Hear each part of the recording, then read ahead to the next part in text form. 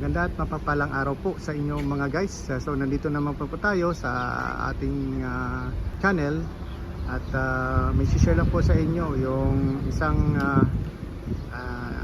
Toyota Fortuner. I-rescue po natin at ang problema na to ay hindi po umaandar yung makina, tsaka hindi po gumagana ang kanyang transmission. So try po natin i-check kung ano po ang problema nito. At hali po kayo at samahan nyo po ako para i-check yung problema nito. Ayan guys, ang problema nito pag ni-on mo, ayan guys, ang problema nito pag ni-drive mo, ayan ay yung kanyang control panel. Pag kinambyo po sa hindi siya nagsishift, pag neutral hindi siya nagsishift po yung kanyang shifter, nakadrive pa rin siya kaya hindi siya makaandar. Ayan, so kahit anong shift mo po, wala pong pagbabago dun sa kanyang, walang pagbabago dito sa kanyang shifter indicator sa control panel. Kahit anong shift mo dito sa cambio, walang nangyayari. So nabuksan na po natin yung console nya. Ang problema po, ito yung kanyang bushing. Natanggal po ito yung link ng kanyang shifter cable na naka-attach dito sa shifter handle. Ayan. So mangyari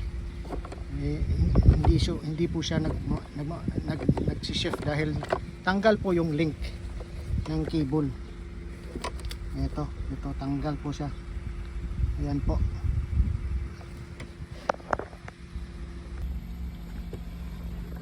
So ang una po natin gawin, tanggalin mo muna natin itong dalawang bolt na to para po matanggal po natin itong kanyang cable para maayos natin ng mabuti at makabit natin ng mabuti.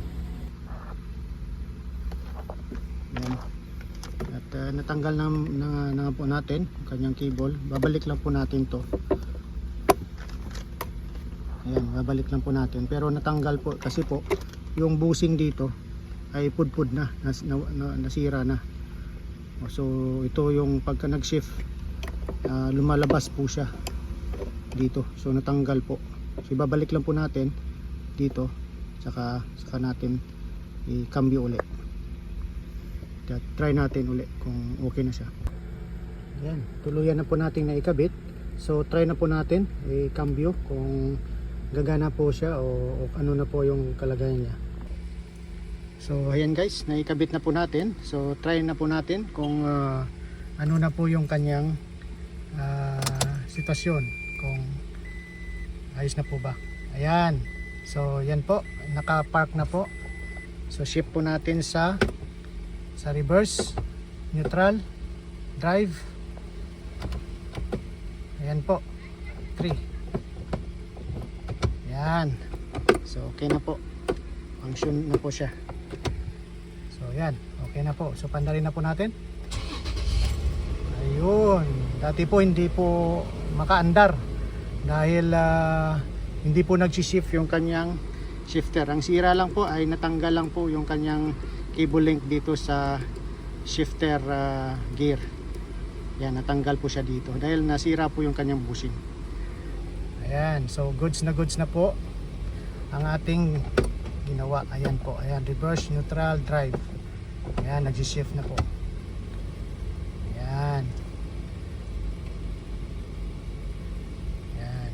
So hanggang dito lang po tayo guys. So salamat po sa inyong panonood at sana po nakapag-share po tayo ng panibagong kaalaman tungkol po sa problema ng shifter lever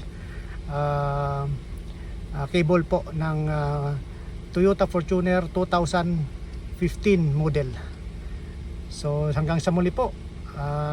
Thank you sa panonood. God bless. Bye bye.